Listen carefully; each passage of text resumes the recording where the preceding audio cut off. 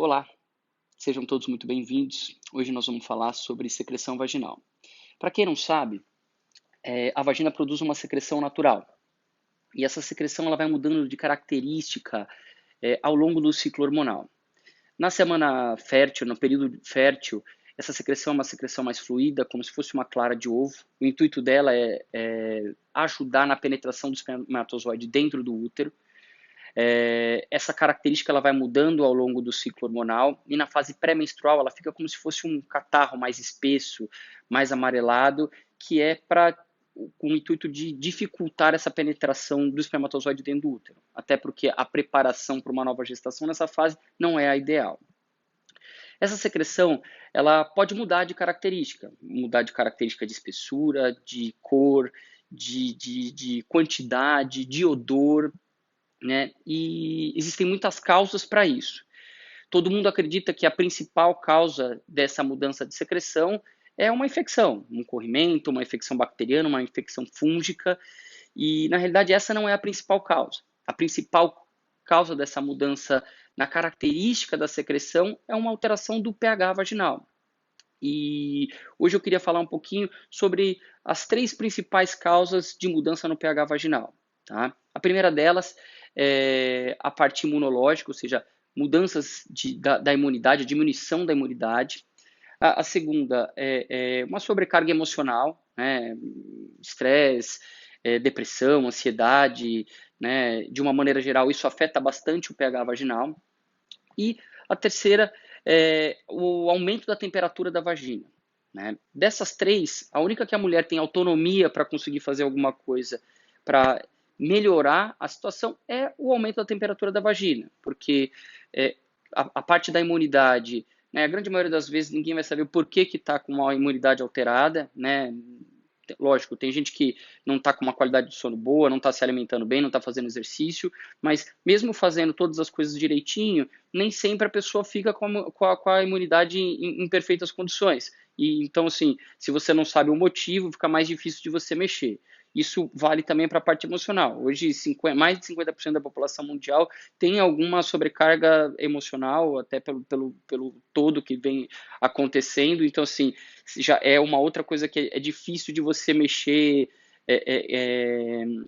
no seu dia a dia e ter mudanças significativas em relação ao estresse. Agora, a parte da temperatura da vaginal é bem mais fácil, porque isso depende de hábitos, né? E tem alguns hábitos que influenciam bastante nisso e que pioram bastante essa condição, né? Um deles, que é uma coisa muito frequente, muda a secreção vaginal, né? A pessoa já vê que tá com uma quantidade maior, começa a manchar a calcinha, começa a se incomodar, ela já põe um protetor de calcinha. O protetor de calcinha vai piorar tudo isso, por quê? Porque ele vai abafar a vagina, vai aumentar a temperatura da vagina, isso vai fazer com que altere o pH vaginal e aquilo persista por muito mais tempo. Né? O corpo sempre vai tentar regular esse pH sozinho, mas, logicamente, se a gente não ajudar a vagina a respirar melhor, ela vai ter uma dificuldade maior de regular esse pH. Né? Então, assim, evitem o protetor de calcinha. Se você estiver incomodada com o aumento da secreção, e ela estiver te molhando a calcinha, manchando a calcinha, assim, tá incomodada no dia a dia, é melhor você trocar de calcinha, levar várias calcinhas com você, melhor trocar de calcinha várias vezes ao dia do que usar o protetor de calcinha, porque com o tempo a tendência é ir melhorando isso, né? Outra coisa, assim, tentar evitar a calcinha de lycra ao longo do dia a dia, tá? Por quê? A calcinha de lycra, ela abafa mais também a vagina, né? Lógico que, assim, normalmente as pessoas vão estar trabalhando de calça, né? E aí com a calcinha de lycra isso piora bastante. Então no dia a dia tentar evitar a calcinha de lycra. Né? O melhor tipo de calcinha é aquela de algodão, de preferência sem forrinho, né? Que vai ajudar melhor nesse aspecto da temperatura. Se não tem jeito, está trabalhando, está de calça, né? Quando chegar em casa, tentar colocar uma roupa mais confortável, porque isso vai te ajudar também a dar uma respirada melhor na vagina em relação a isso e a melhorar esse pH vaginal. E à noite, se der para dormir sem calcinha, isso ajuda bastante, porque ao longo da noite ele também vai regulando esse aspecto da temperatura sem a calcinha. Né? Lembrar sempre das calcinhas, a maneira de fazer a lavagem das calcinhas, tem que lavar separado das roupas, de preferência separado de outras roupas íntimas também, né? Com sabão neutro em pedra, né? enxaguar bem as calcinhas e depois de passada, de preferência, passar as calcinhas. Isso ajuda bastante nesse aspecto.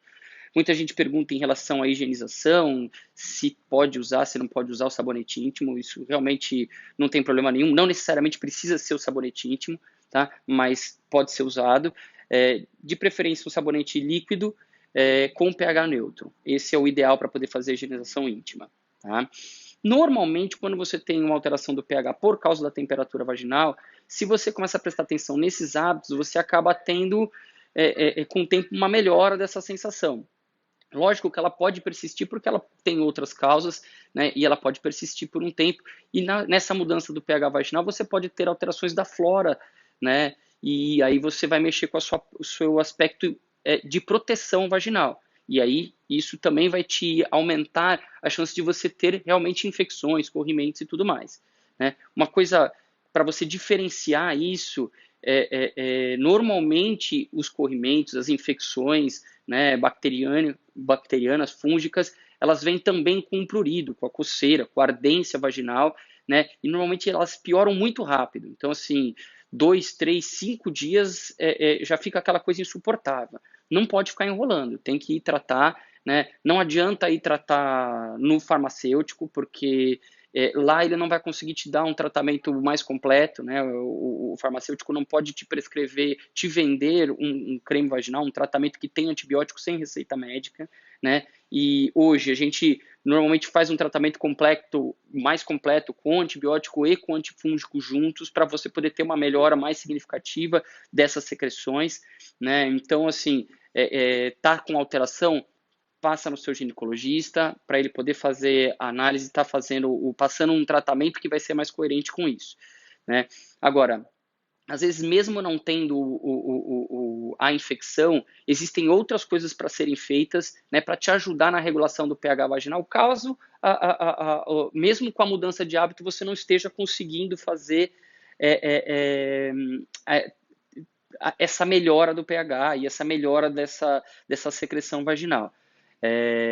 Então, assim, se depois de 20 dias, 30 dias, que você mudou o hábito, tudo bem, não está tendo coceira, não está tendo nada, mas está incomodada com o odor, com a secreção, com a quantidade de secreção ou com a característica dela, passa no ginecologista, ele vai fazer uma análise, vai tentar te ajudar também em restabelecer essa flora, em ajudar a melhorar esse pH vaginal, para que você não tenha esse incômodo. Tá? Acho que a ideia principal era diferenciar